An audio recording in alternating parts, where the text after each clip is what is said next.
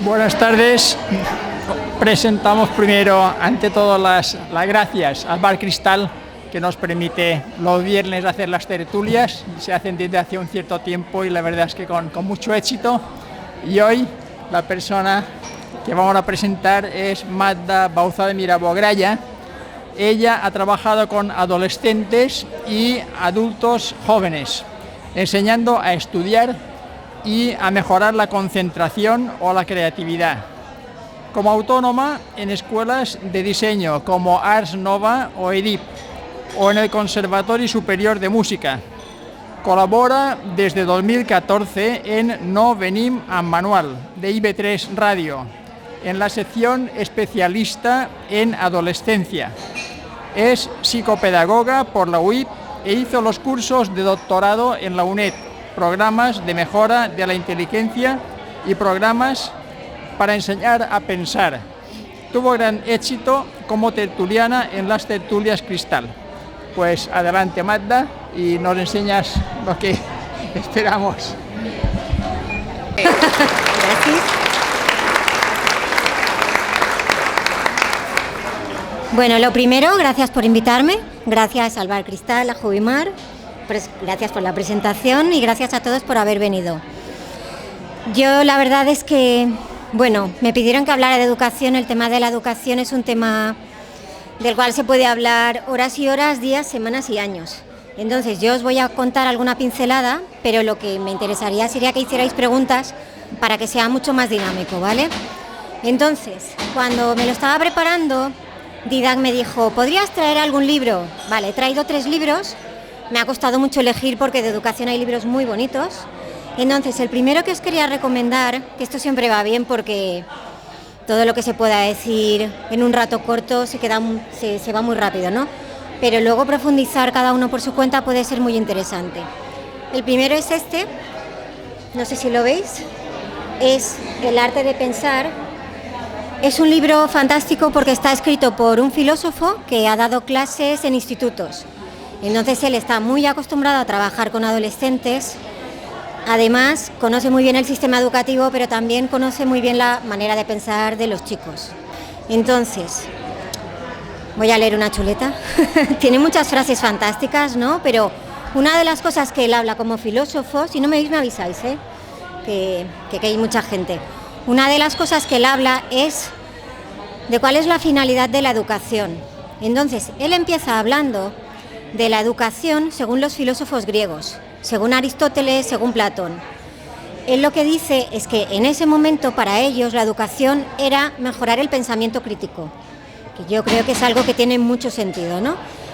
Mejorar el pensamiento crítico y buscar en cada persona un equilibrio. La educación tiene mucho de equilibrio y una vida bien llevada también tiene mucho de equilibrio.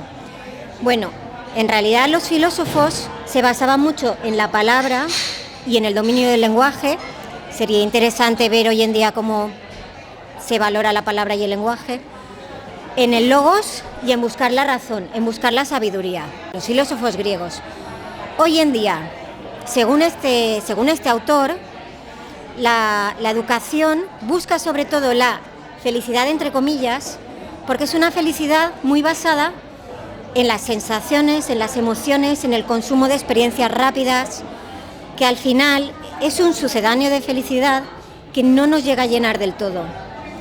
Es algo que se basa mucho en la imagen, en el selfie, en las pantallas, y al final él lo relaciona un poco con las sombras del mito de la caverna. El mito de la caverna seguro que todos lo conocéis, pero es muy interesante recordarlo, ¿no? Platón habla de unas personas que están dentro de una caverna y entonces lo único que pueden ver son sombras. Porque todas las personas y todo el mundo real está de espaldas a ellos. Y ellos lo único que ven es la proyección de sombras que van pasando por detrás. No conocen el mundo real porque lo único que conocen es apariencia. Alguien descubre que hay un mundo exterior, sale al mundo exterior y cuando va al mundo exterior intenta contárselo a las personas que estaban dentro de la caverna. Y, sorpresa, a nadie le interesa. Entonces en este libro se hace bastante un paralelismo entre el tema de las pantallas, las sombras y lo del mito de la caverna. Bueno, da para bastante, luego lo podemos comentar, ¿vale? Segundo libro que a mí me parece muy importante, no es que sea muy conocido el libro en sí en España, El psicólogo sí. Es Aprender a fluir, ¿vale?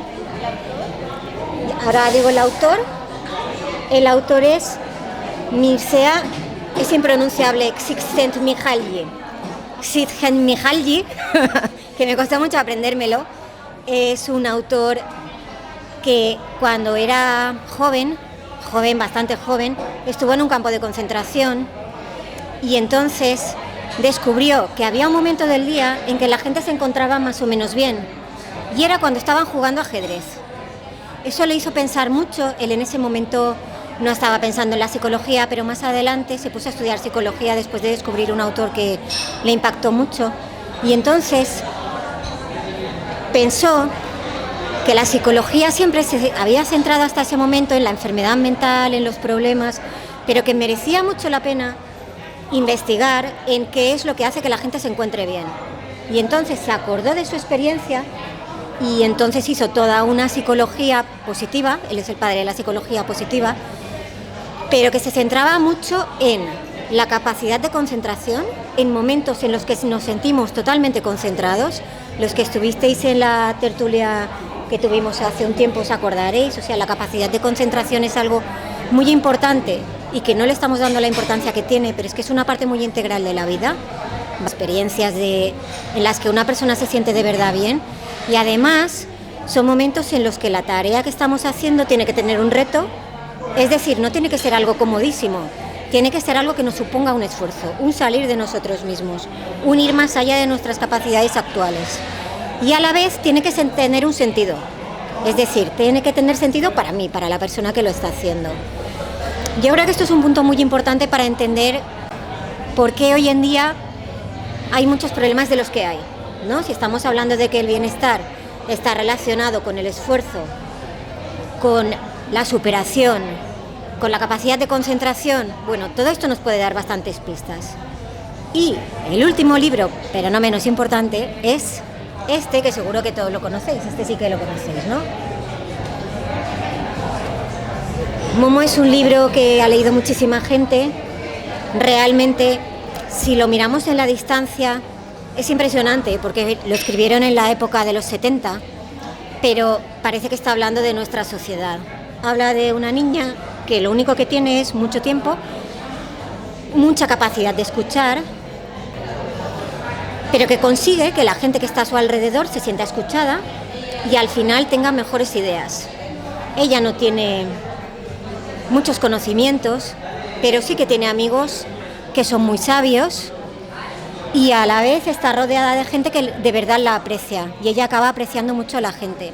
Entonces nos enseña mucho el contraste entre una sociedad muy cohesionada, con quizás no muchos bienes materiales, pero sí con un sentimiento de ayudarse mutuamente unos a otros, de perder tiempo entre comillas jugando, de perder tiempo escuchando a otra persona, visitando a una persona mayor, cuidando al periquito, mirando las estrellas por la noche, y el momento en que aparecen los hombres grises, que es el momento en que la gente se empieza a obsesionar con la velocidad, la tecnología, el aprovechamiento del tiempo traducido en una productividad extrema. Solo se aprovecha el tiempo en que uno es productivo económicamente y a partir de ese momento la gente no sabe por qué, pero empieza a ser menos feliz. Bueno, no voy a leer el final no voy a desvelar el final por si alguien no se lo ha leído, pero creo que más o menos lo sabéis. Pero es verdad que es un libro que nos puede hacer pensar mucho. ¿Por qué os he hablado de Momo? Porque en educación lo más importante no es saber el cómo, lo más importante es saber el por qué y el saber qué es lo que queremos hacer. Al final la educación se supone que es sacar lo mejor de cada persona, pero para eso tenemos que hacer todo un proceso previo de reflexionar qué significa todo esto. Bueno, pues entonces, una vez que os he soltado todo este rollo, espero que me preguntéis algo y luego ya, si hace falta, yo continúo.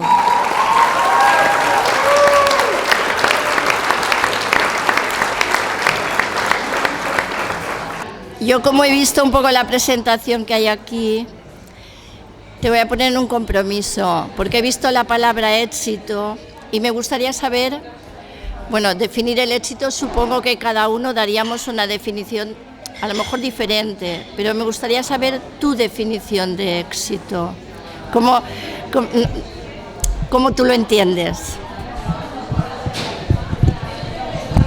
Es una pregunta súper importante, porque al final nos planteamos, ¿qué significa educar? ¿Educamos para el éxito? Hombre, obviamente no vamos a educar para el fracaso, pero primero deberíamos saber qué significa éxito y hasta qué punto hay que obsesionarse con el éxito. Para mí la palabra éxito no es la mejor palabra a la hora de hablar de educación, porque tiene muchas connotaciones que muchas veces están relacionadas con la competitividad. Yo creo que el éxito en educación es formar personas con espíritu crítico, con una vida equilibrada y además que tengan un equilibrio entre las distintas partes de la vida de una persona. Obviamente, una persona que tenga la parte económica mínimamente conseguida, o sea, que sean buenos profesionales, eso es importante, ¿no? Pero que luego también tengan una parte cultural y de conocimientos y de sabiduría, que también es bastante necesaria, que sean capaces de dedicar tiempo a la familia, de valorar la familia, porque eso a veces se está dejando un poco de lado. Muchas veces los chicos piensan que yo hago las cosas bien si estudio. Bueno, sí, pero es que a lo mejor habría que inculcarles otra vez más los valores familiares. Personas que sean partes de una sociedad y que se sientan parte de una sociedad. No solo chicos que sientan que tienen una súper autoestima, sino también que tengan una buena socioestima. Esta palabra no existe, pero yo creo que debería existir, ¿no? Es decir, igual que se supone que vamos a intentar que cada uno esté más o menos satisfecho con cómo es él, también sería muy importante hacerles ver todo lo bueno que tiene esta sociedad en la que vivimos, porque entonces tendrán ganas de participar en ella y de mejorarla. Y a lo mejor nos hemos pasado un poco de críticos y al final eso se ha vuelto en nuestra contra, ¿no? Y luego ya lo último, que también es importante, es la parte física y de la salud. ¿Por qué digo que es un equilibrio? Porque muchas veces ellos, por tema de redes sociales, a lo que más importancia le dan es al éxito físico y al éxito económico. Entonces, desde fuera tenemos que tener nosotros más o menos presente cuál es nuestra definición de éxito. Al final parece que no. Los niños es evidente que siempre escuchan. Los adolescentes hacen como que no escuchan, pero en realidad miran. Entonces eso es muy importante no perderlo de vista, porque es muy importante que nosotros recuperemos el sentido de muchas cosas. No significa que lo hayamos perdido siempre, pero quizá algunas veces es fácil que nos desorientemos. No sé si he respondido a tu pregunta. Vale.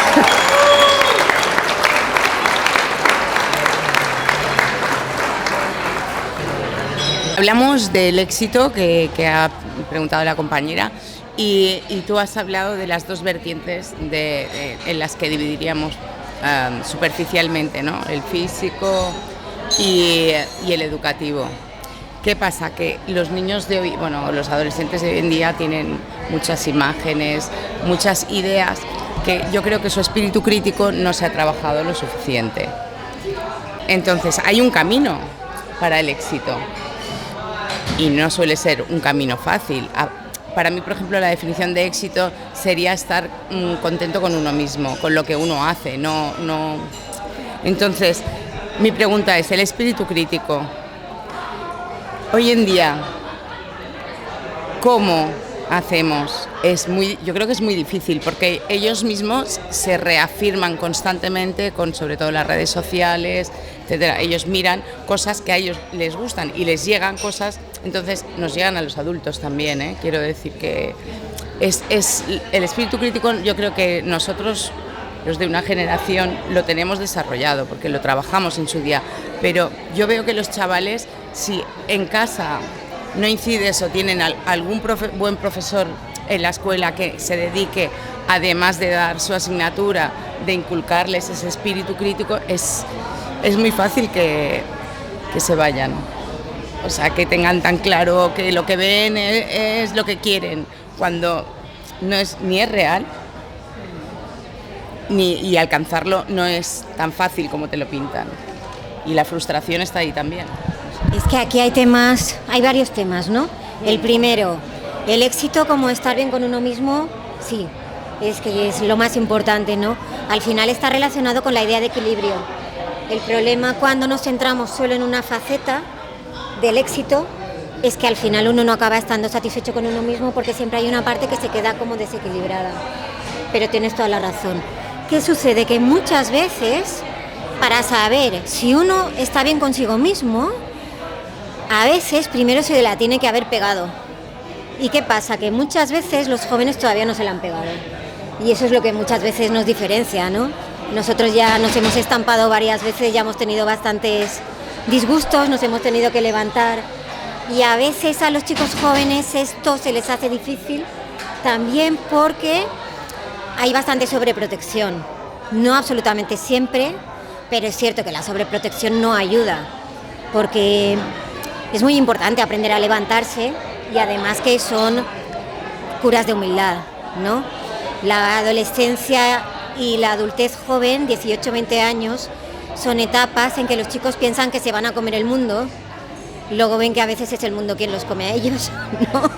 Y algunos se hunden en la miseria, luego uno ya remonta y tal, ¿no? Pero esa capacidad de levantarse hay que trabajarla desde que son pequeñitos. Entonces, más vale que desde pequeños tengan la oportunidad de levantarse. De caer. De caer para luego levantarse. Que dejar caer nosotros. Sí, es nuestro trabajo. Exacto. Sí, totalmente. Eso por un lado. El espíritu crítico, esto es muy importante porque, a ver, no va a quedar muy bien lo que voy a decir, pero lo voy a decir. En el sistema educativo se están recortando bastante las humanidades.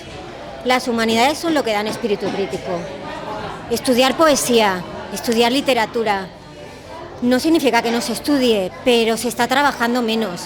Estudiar arte, estudiar historia en profundidad. La asignatura de Historia del Mundo Contemporáneo ni siquiera es obligatoria en primero de bachillerato, ya es una optativa. Todas estas cosas que antes se trabajaban mucho, la filosofía es verdad que no ha desaparecido como asignatura, pero hay gente que no la hace en selectividad y entonces se imparte mucho peor.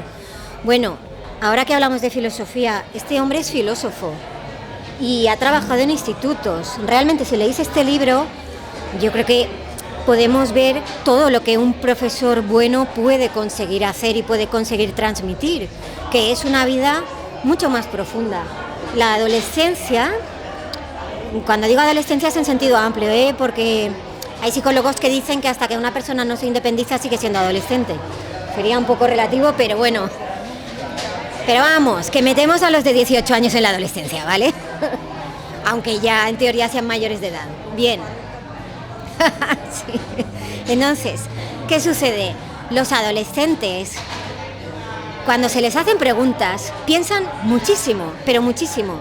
Lo que pasa es que muchas veces no se les escucha y otras veces son ellos los que no escuchan. ¿Y qué es lo difícil con los adolescentes? La comunicación. Porque como están en una etapa en que ellos necesitan reafirmarse mucho, pues a veces esa comunicación con ellos es difícil. Pero es verdad que les encanta a ellos dar su opinión y a veces pueden llegar a tener mucho espíritu crítico. Lo que pasa es que para tener espíritu crítico uno tiene que tener unos conocimientos en los que apoyarse. Si no hay unos conocimientos de historia, de todo lo que ha pasado en la historia, en los que apoyarse, bueno, yo puedo criticar por criticar, pero a lo mejor me falta una base de información. Y esto es un problema real que estamos teniendo ahora mismo. Entonces, volviendo a la pregunta, que espero no irme. ¿Cómo fomentar el espíritu crítico? Yo creo que es muy importante hablar con ellos. Por ejemplo, cuando ya son un poco mayores, ¿no? Ver las noticias, comentarlas con ellos. ver programas así de reportajes, comentarlos con ellos. Pero comentarlos con ellos no es soltarles el rollo a nosotros y decirles todo, es preguntarles, ¿y tú qué piensas? Y esa parte a veces puede costar porque nosotros estamos convencidos de que tenemos más experiencia, pero es que si no empezamos por averiguar qué es lo que piensan ellos, no va a haber un diálogo. Entonces nos va a dar la sensación de que no piensan y a lo mejor lo que está sucediendo es que no nos lo cuentan a nosotros, que son cosas distintas.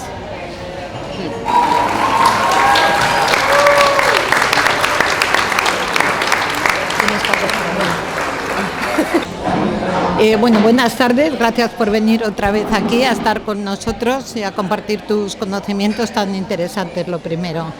Y luego yo siempre he tenido la duda en la educación de un niño, de un hijo, ¿cuál es mejor, la superprotección, que hablabas de la superprotección, o dejarle un poco a su aire, que se vaya cayendo, que se vaya levantando? Siendo una familia y siendo sus padres siempre vas a estar en contacto con ellos, pero vamos, que hay padres que son más despegados que otros. A ver qué te parece. Esta pregunta, a mí, antes de contestarla, me gustaría saber más o menos qué pensáis vosotros. Vale, vamos a ver. ¿Quién piensa que mejor...? Yo pienso que hay que dejarles caer y estamos ahí para darles la mano si ellos no pueden salir del pozo. Pero hay que dejarles caer, esa es mi idea. Si es mejor o no es mejor. Vamos a hacer dos grupos. Que levanten la mano los partidarios de que hay que sobreprotegerlos. Sí. Los de dejarlos caer un poco. Vale. Entonces, bien, yo creo que más o menos es que la palabra sobreprotección en sí ya nos está diciendo que hay algo que no va bien. Entonces, ¿cuál es el problema? Que lo difícil... Sí. Vamos a ver, es que es mucho más fácil decir lo que hay que hacer que hacerlo. Ah, claro. O sea, vamos a ver, yo estoy de acuerdo en que no creemos que sea lo más idóneo sobreprotegerlos, pero que todos cometemos el mismo error, porque es mucho más fácil para nosotros cuando son pequeños, porque son pequeños. Les facilitamos porque ganamos tiempo, pero estamos cometiendo un error que a la larga lo vamos a pagar. Por tanto, somos los papis los que nos tenemos que poner las pilas y exigirles un poco más. el tema de la sobreprotección, en realidad yo creo que depende un poco. La misma palabra sobreprotección nos está diciendo que la protección es buena, la sobreprotección es un exceso de protección. Claro, la teoría es muy fácil. ¿Cuál es la dificultad? La dificultad es saber en el día a día cuando nos estamos pasando de protección. A ver, vamos a ver, en Esparta dejaban a los niños a la intemperie y los que no sobrevivían, caput, ya está, vale. Eso no era protección, pero obviamente eso es una salvajada, ¿vale? Entonces, no se trata de que nos vayamos a otro extremo, porque hoy en día se habla tanto de sobreprotección, porque estamos en un momento histórico en el que la tendencia es la sobreprotección. Esto tiene muchas causas. La primera es el número de hijos. Pues si tienes 8 hijos, no tienes tiempo de sobreprotegerlos. Es que es muy sencillo. Entonces, en el momento en que solo hay un hijo y solo hay un nieto, obviamente es que se va a llevar todas las miradas. Entonces es que es casi imposible no sobreprotegerlo. Entonces aquí lo importante es que cada uno sepa, en su caso concreto, cuál es el riesgo que tiene. Y si el riesgo es de sobreprotección, ir dejando, intentar volver a la protección, que la protección siempre es necesaria, ¿no? Pero intentar no sobreproteger. Esto es muy importante por muchos motivos. Pero yo he tenido chicos que me han dicho, muy bien, ahora mis padres quieren que sea súper responsable, que ordene el cuarto, que lave la ropa, y a mí ¿quién me ha enseñado? Pues me han educado fatal, no es mi culpa, es culpa suya, así que no lo voy a hacer. Y tienen razón en parte, yo lo siento, pero vamos a ver, al final uno recoge lo que siembra. Entonces, la educación empieza cuando el niño es pequeño, no cuando el niño es adolescente o cuando ya tiene que independizarse, ¿no? Es muy importante educarlos bien y tener más o menos claro y no ir improvisando. Uno nunca lo puede tener todo controlado, ni tampoco es bueno, ¿vale? Pasarse al otro extremo. Pero sí que es importante. El otro día, por ejemplo, hablaba de la tolerancia a la frustración. La frustración es un sentimiento que es útil porque nos ayuda a superarnos. Pero ¿cómo van a desarrollar la tolerancia a la frustración si muchas veces no tienen frustraciones? Pues claro, y luego, no sé, es grave. Si una persona no es capaz de tener tolerancia a la frustración, se va directa a problemas de salud mental. Entonces no es ninguna tontería. Si no permitimos que nunca haya frustraciones, no estaremos educando futuros adultos sanos. Estaremos haciendo otra cosa. Dentro de una burbuja no se educa. Y dentro de un colchón sobreprotegido tampoco se educa. Entonces, bueno, pues ahí, en la práctica hay que hacer mucha reflexión. Yo también siempre digo una cosa, hay muchos padres, madres que me preguntan, y de verdad, cuando un padre tiene mucha inquietud por si lo hace bien o lo hace mal, significa que la cosa va bien, porque significa que como mínimo se lo está preguntando. ¿Quién lo hace perfecto? Nadie, porque no somos máquinas, somos humanos. Entonces, ¿qué es lo importante? Lo importante es ir mejorando día a día y ya está. Y esto también es un modelo para ellos, porque también es lo que vamos a intentar transmitirles a ellos. Y nosotros no esperamos que ellos sean perfectos, porque no lo van a ser nunca. Entonces tampoco hace falta que nosotros como adultos nos exijamos a nosotros ser perfectos, porque no lo vamos a conseguir. Es decir, hay que hacerlo con tranquilidad, con paz, pero ir avanzando poco a poco.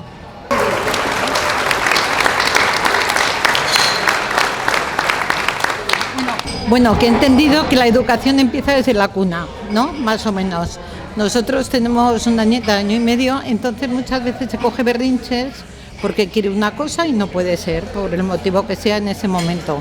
¿Se hace bien en dárselo o en decirle que no, aunque llore, y nos afecta más a nosotros, quizá, que a ella? ¿Qué se hace? A ver, yo para empezar, de niños muy pequeños controlo muy poco, así que yo voy a decir lo que pueda. Pero la pregunta es muy buena. Vamos a ver, hay muchos métodos de educación, de crianza respetuosa, que muchas veces, yo no es que sea experta en esto, pero es que el otro día escuché una entrevista que se le hacía a una experta en esto y hablaba de que muchas veces la crianza respetuosa se ha interpretado mal, como que a los niños no se les pueden poner límites, y la crianza respetuosa no dice nada de que no se les puedan poner límites. Entonces, los límites son necesarios y son necesarios siempre. Y el primer límite, que es bastante importante, es que el niño tiene unas necesidades, pero el adulto, especialmente la madre, también tiene unas necesidades. Y la madre también tiene que poder descansar en algún momento y tomarse sus tiempos y no sentirse culpable por no estar respondiendo a las demandas continuas del niño. Entonces ahí hay que hacer toda una reflexión. Lo que pasa es que obviamente hay maneras y maneras de poner límites, es decir, un niño de 1 año y medio, los límites tienen que ser de manera muy respetuosa con esa edad y con mucho cariño y tal.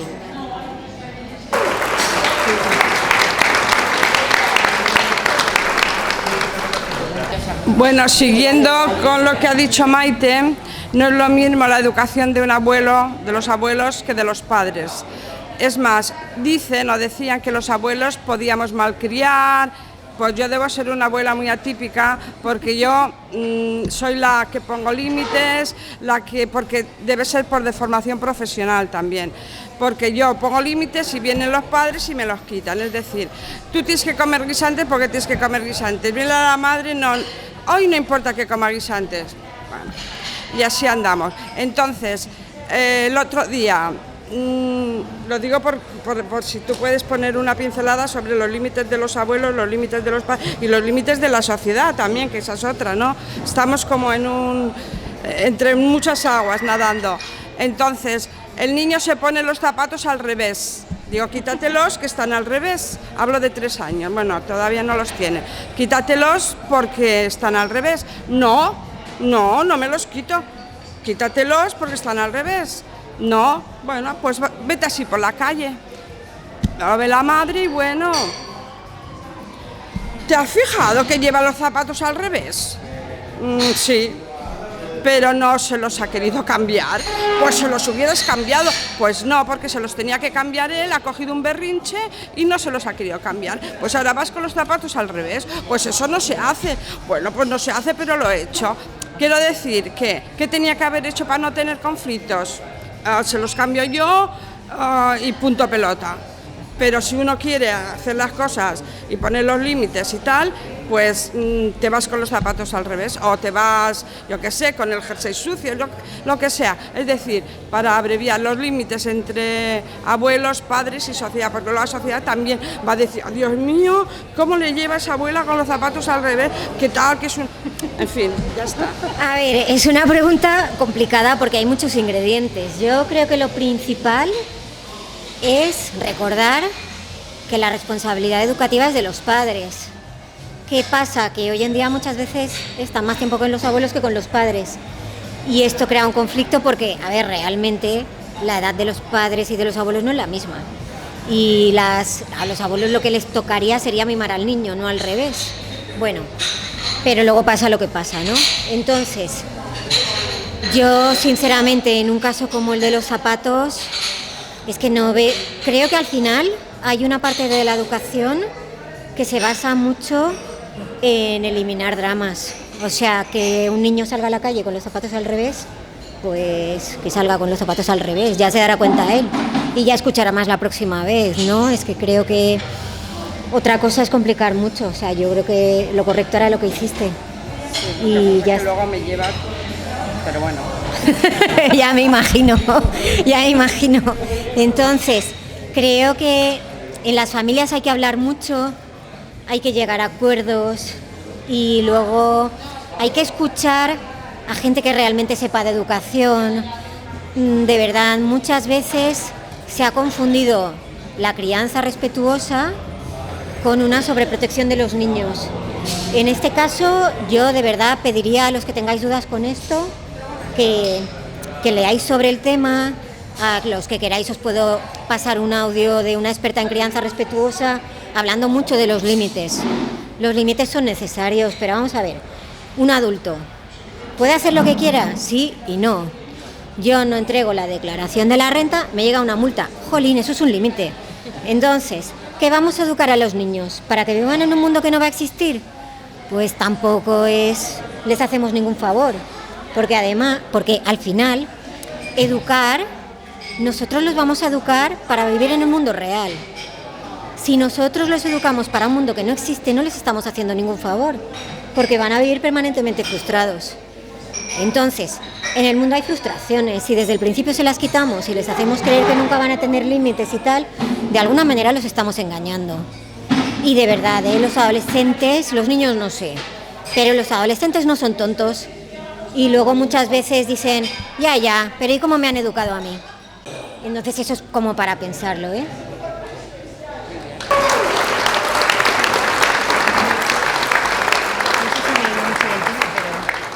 Buenas tardes, Magda.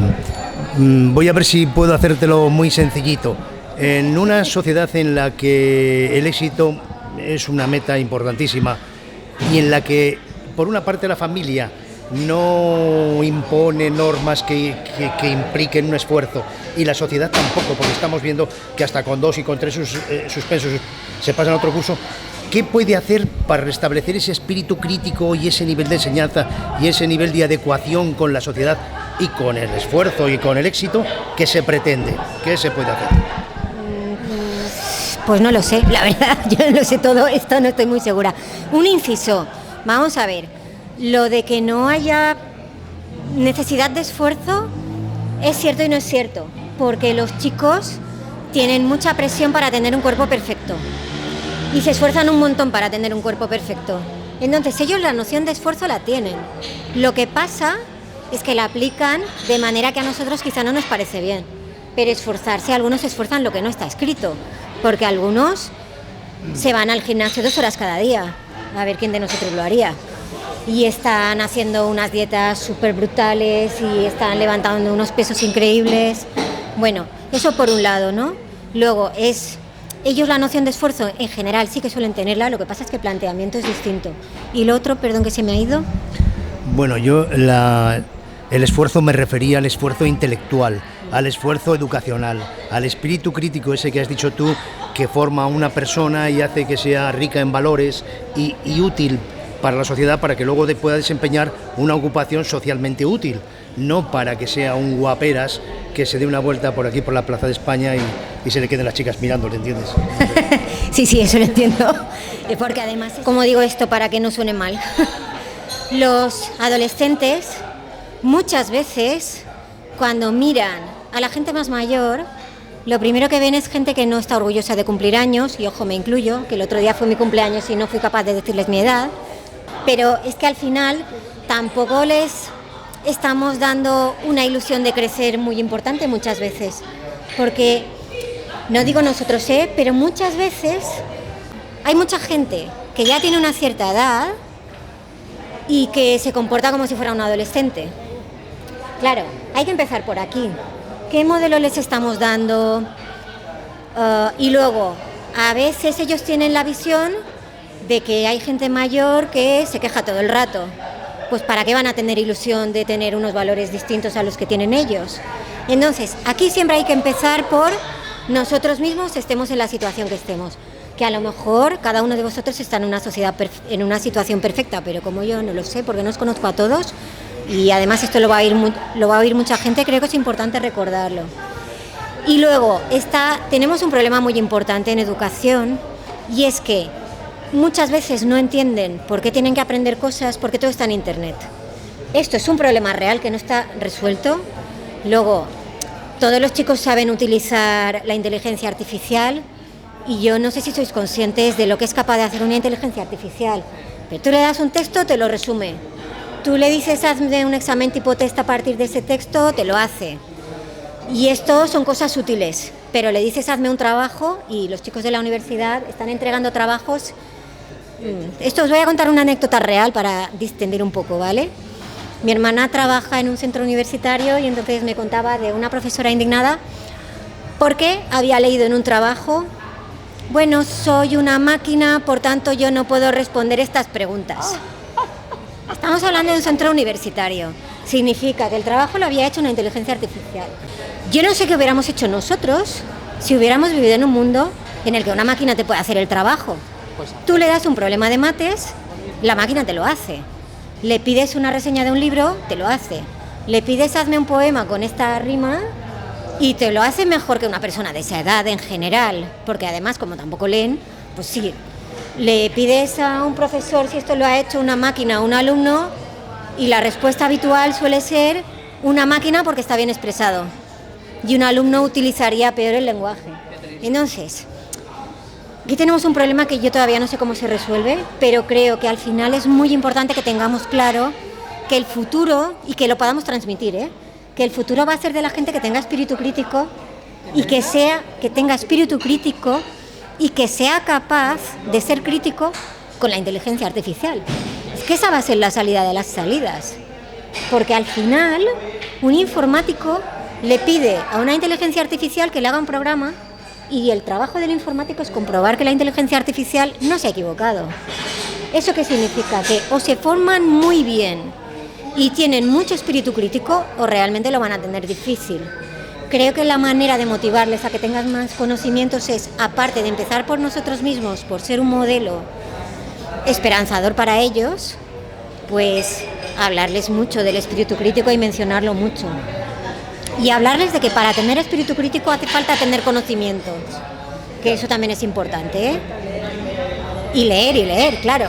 Solo decirte que en nuestra época la inteligencia artificial eran las chuletas que hacíamos para los exámenes. Y si alguien te pillaba con la chuleta, ahora no habría ninguna duda sobre cómo iban a actuar. En cambio, ahora a lo mejor se lo piensan cuando le dice este programa ha sido realizado por una máquina y dice el profesor, bueno, pues a lo mejor se ha esforzado para hacer esto. Por lo menos vamos a dejarle. Seguramente lo aprueban. Sí, bueno, eso no estoy tan segura, depende del nivel del profesor. No. Pero bueno, es verdad que tenemos un problema y hay que solucionarlo.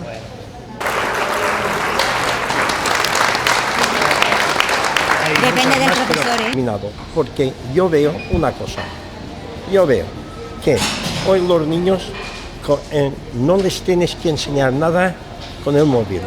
No les tienes que enseñar nada con los juegos. Es decir, que son unos fenómenos. ¿Por qué no adaptan esas enseñanzas en relación para enseñar a los niños? Porque cuando yo escucho si me gusta. Pero si no me gusta, no pongo atención. Si yo no escucho, ¿cómo puedo desarrollar después del día de mañana todo lo que tenga que desarrollar. No podré. Entonces... Bueno, gracias, porque aquí hay cosas muy interesantes que comentar. Para empezar, en educación hay muchas teorías. Yo lo que digo es mi opinión, no significa que tenga razón ni mucho menos, pero es verdad que hace muchos años que trabajo no con niños sino con adolescentes. Y eso al final es un plus, porque si la educación con niños ha funcionado o no se ve en la adolescencia. Y entonces eso sí que es importante, ¿no? Para empezar, el tema de los conocimientos. Vamos a ver, la capacidad de atención en toda la sociedad y en todos los países está descendiendo mucho. Por los móviles, porque vamos a tope, porque intentamos hacer miles de cosas a la vez y por más cosas, ¿no? Entonces, una persona que no tiene capacidad de concentración no puede escuchar. Es verdad que los chicos no escuchan, pero a veces no escuchan no tanto porque no tengan interés, sino porque su capacidad de concentración ha bajado mucho. Ahí lo que hay que ver es la cantidad de niños que están en una cuna y están mirando un móvil. Es que esto no tendría que ocurrir, porque claro, luego estos niños llegan al cole. A ver, imaginaos un profesor que tiene a 20 niños que están acostumbrados a estar con un móvil que tiene sonidos, lucecitas, saltos, movimientos, y de repente la misión del profesor es: abre el libro o la pantalla, da lo mismo, pero que está lleno de letras. Las letras no se mueven, no saltan. Tienes que poner un esfuerzo tú. Las letras no ponen ese esfuerzo por ti. La verdad es que la misión de los profesores ahora mismo a mí me parece muy, muy, muy complicada. Hay un tema que a mí me preocupa mucho, y es que hasta ahora yo veía que la capacidad de concentración había bajado, ahora la capacidad de comprensión lectora está bajando en picado. Y esto es un tema muy preocupante, porque una persona que no entiende lo que lee no puede aprender. No sé si respondo un poco a tu pregunta, es decir, ¿es culpa de los profesores? Yo creo que no, yo creo que es un tema de la sociedad entera. Es un tema de la sociedad entera. Esto por un lado. Y luego, por otro lado, es verdad que desde la pandemia, y quizá antes, pero la pandemia lo acentuó, en pandemia sobre todo se hablaba de los conocimientos, competenciales, que no deja de ser un término sacado de la economía, que significa cosas que al final te hagan productivo, ¿vale? ¿Por qué? Porque con una teleeducación era imposible la educación en valores. ¿Qué significa esto? Que la educación en valores ahora mismo está en crisis. Para empezar, porque estamos en una sociedad cada vez más compleja y no todo el mundo se pone de acuerdo en los valores que hay que transmitir. Pero luego hay un tema muy importante. Cuando un chico en clase, no sé cómo decirlo, es disruptivo, lo que suele ocurrir es que haga lo que haga el maestro, los padres van a protestar. Esto no sucede siempre, pero sucede con mucha frecuencia. Ahí los maestros tienen una labor muy difícil, muy difícil.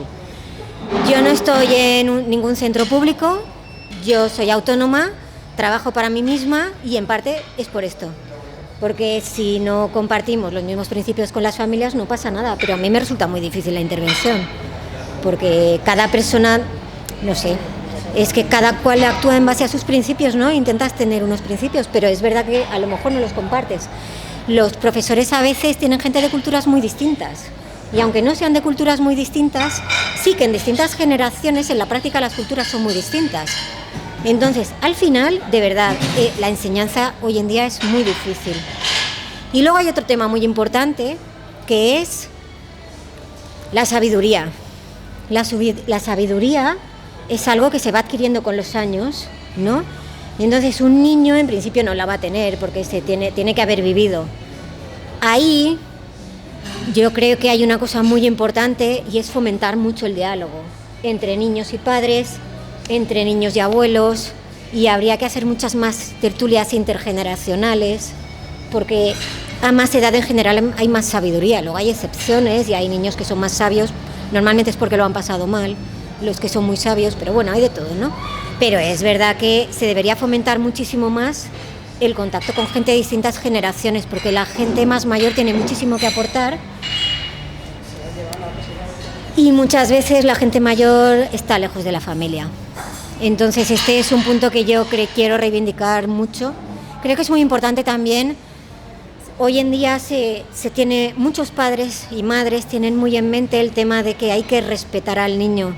Creo que es muy importante recordar que también el niño tiene que respetar a los demás, a sus compañeros, pero también a los adultos de todas las edades. Esto hoy lo hablaba con los chicos que han venido y me lo decían ellos. Decían, es que probablemente respetamos más a la gente de nuestra edad que a la gente más mayor. Y yo les preguntaba, ¿y por qué creéis que ha pasado? ¿No la han recordado poco? Bueno, hasta ahí.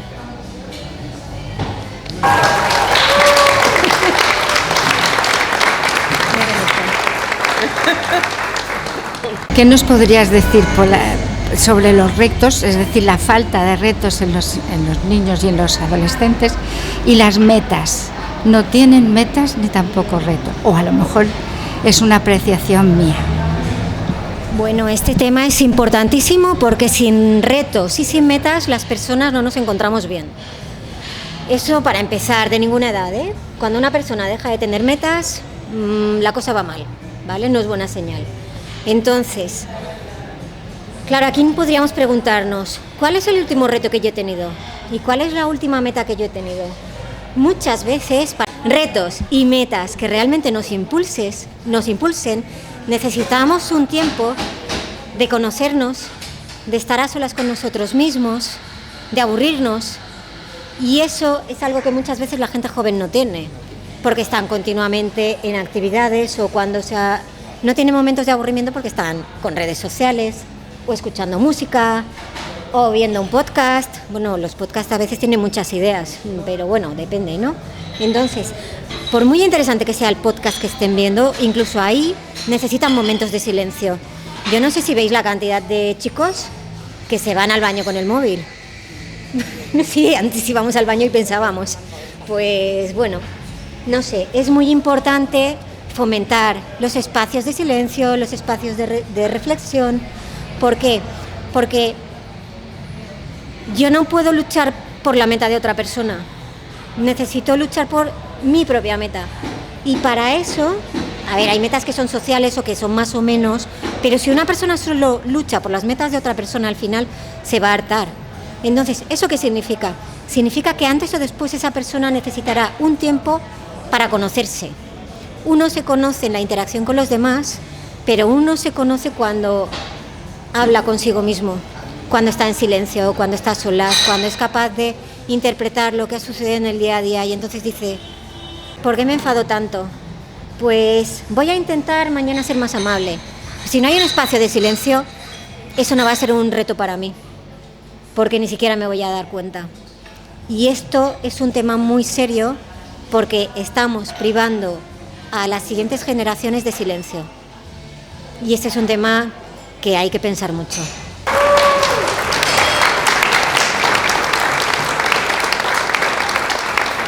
Bueno, primero, las preguntas me han parecido muy interesantes porque al final siempre lo interesante no es tanto tener las respuestas, es reflexionar entre todos, seguir haciendo capítulos, seguir dándole vueltas a las ideas, ¿no? Hay algo que me gustaría decir antes de acabar y es que creo que es súper importante potenciar mucho la gratitud. Creo que por algún motivo hemos acostumbrado mucho a la gente joven a recibir y se nos ha olvidado acostumbrarlos a agradecer. Y eso depende de las generaciones anteriores, no de ellos. Entonces, eso también se educa. Creo que es muy importante hacer una campaña, pues agradecer, empezando por nosotros mismos, ¿no? Ser conscientes de que por cada queja, 3 agradecimientos, por ejemplo, ¿no? Primero empezar con el ejemplo, pero luego también enseñarles a ellos, ¿no? Alguien les ha hecho un regalo, gracias. Y luego que lo agradezcan, pero bien. Creo que de verdad esto educativamente puede ser una diferencia muy grande. Y eso no depende de ellos, porque esto se aprende por imitación y por interiorización. Entonces esto es algo que me parece que es muy importante trabajarlo. El agradecimiento hacia las personas, pero luego también hay otro tipo de agradecimiento, que es el agradecimiento hacia toda la cultura previa que han recibido ellos. La balanguera, que me imagino que todos las conocéis. Hay un trozo que a mí me parece muy bonito que dice sap que la soca més s'enfila com més endins pot arrelar. Creo que es muy importante que seamos conscientes, para que se lo podamos transmitir, de que cada sociedad llega mucho más adelante cuanto más consciente es de sus propias raíces. Una persona que tiene raíces, y a ellos a veces les estamos privando de sus raíces por falta de comunicación, una persona que es muy consciente de sus raíces puede agradecer mucho más de dónde viene, también puede ser crítica con algunas cosas, pero empezando desde el agradecimiento, y a la vez puede llegar mucho más lejos. Esto está relacionado con lo que hablábamos antes del conocimiento, para valorar toda una cultura que tienen detrás y todos los avances que se han hecho, porque es verdad que muchas cosas se vive mucho mejor que antes gracias a las generaciones anteriores. Para todo esto uno tiene que saber. Uno no puede agradecer lo que no sabe. Entonces ahí creo que es muy importante transmitir esto y empezar por reflexionarlo nosotros para poder interiorizarlo y luego transmitirlo bien.